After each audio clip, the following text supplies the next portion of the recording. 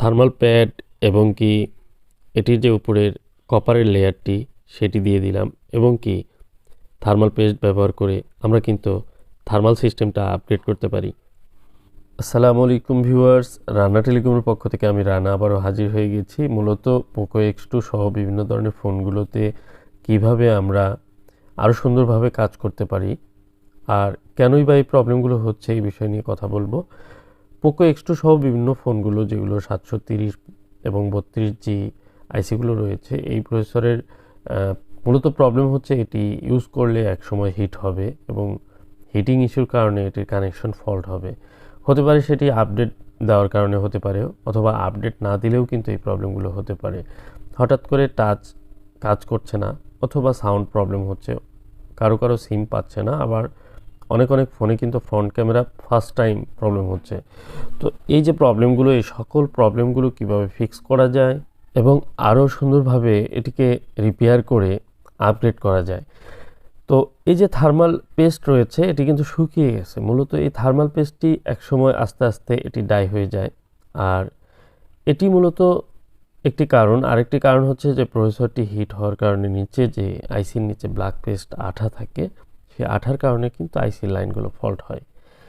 তো আমরা এবার স্টিলের একটু শেলকে কাটিং করে নেব, আর পুরো স্টিলটি কাটিং করব না, কারণ হচ্ছে যতটা সম্ভব আমাদের মোবাইলের যে মাদারবোর্ডটি রয়েছে এটিকে স্ট্রং রাখার চেষ্টা করতে হবে।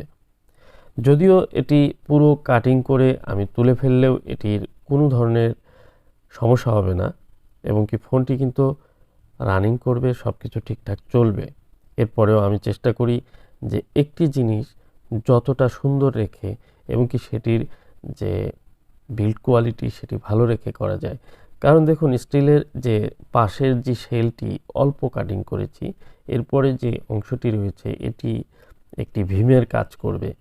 একটি বিল্ডিংয়ের ভিতরে যেমন অনেকগুলো ভীম থাকে, আর ভীমগুলোর যে কার্যক্ষমতা এটি আপনারা হয়তো জানবেন যে একটি ভীম ব্যান্ড হওয়ার ক্ষেত্রে অনেক বেশি বাধা প্রদান করে।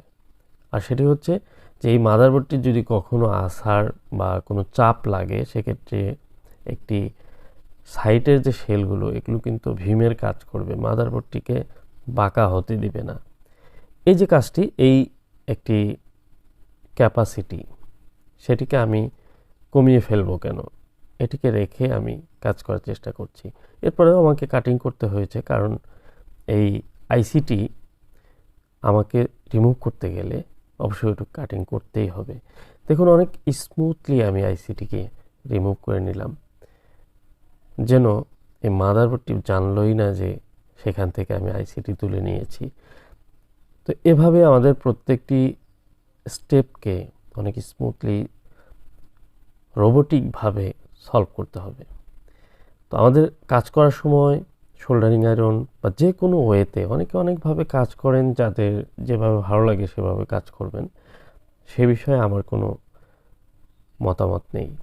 আরেকটি বিষয় হচ্ছে যে আমি আমার মতো করে কাজ করি, আমার কাজগুলো শেয়ার করে থাকি। অনেকের এটি ভালো লাগে, অনেকে অনুসরণ করেন, এবং কি অনেকেই কাজ করছেন, অনেক ভালো কাজ করছেন।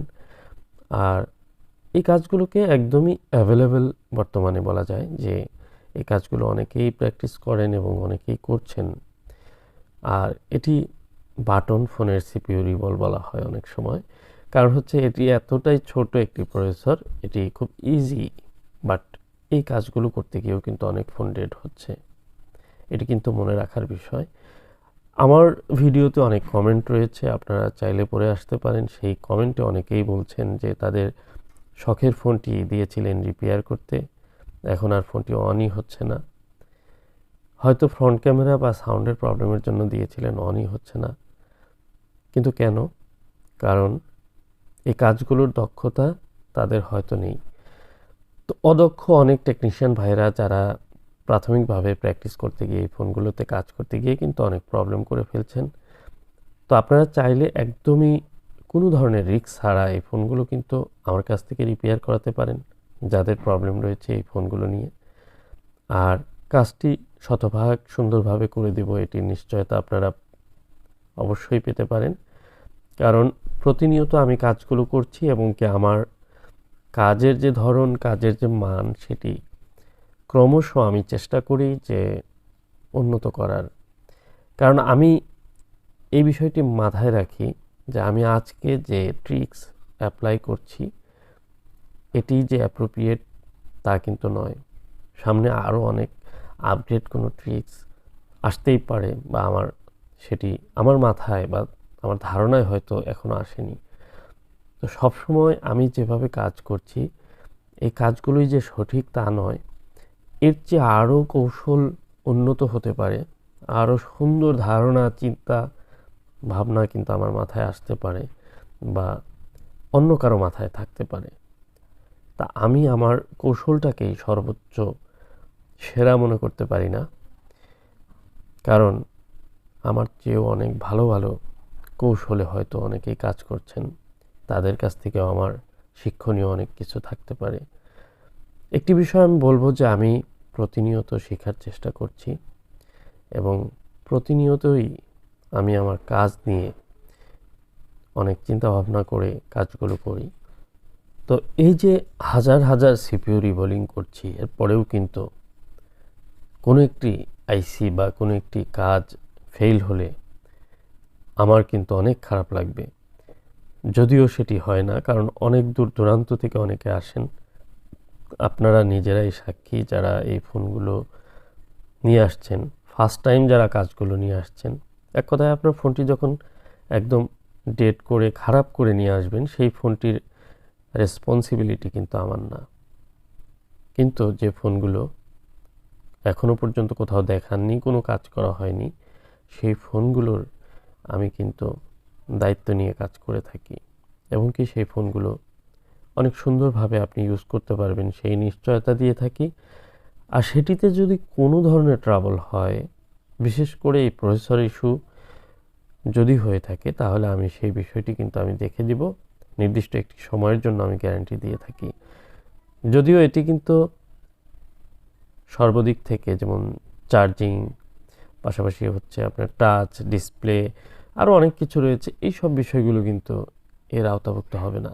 তো দেখুন, আমি এই যে থার্মাল সিস্টেমটাকে আপগ্রেড করে নিচ্ছি, কারণ কপারের একটি পেপার আবার পুনরায় আমি নতুন করে লাগিয়ে দিলাম। পাশাপাশি থার্মালের যে পেস্ট রয়েছে সেটি আমি অ্যাপ্লাই করলাম, এবং কি এই নতুন পেস্ট এবং নতুন রিবোলিং, পাশাপাশি কপারের যে পেপারটি, এটির বিশাল একটি ভূমিকা রয়েছে থার্মাল হিট অ্যাবজর্ব করার জন্য।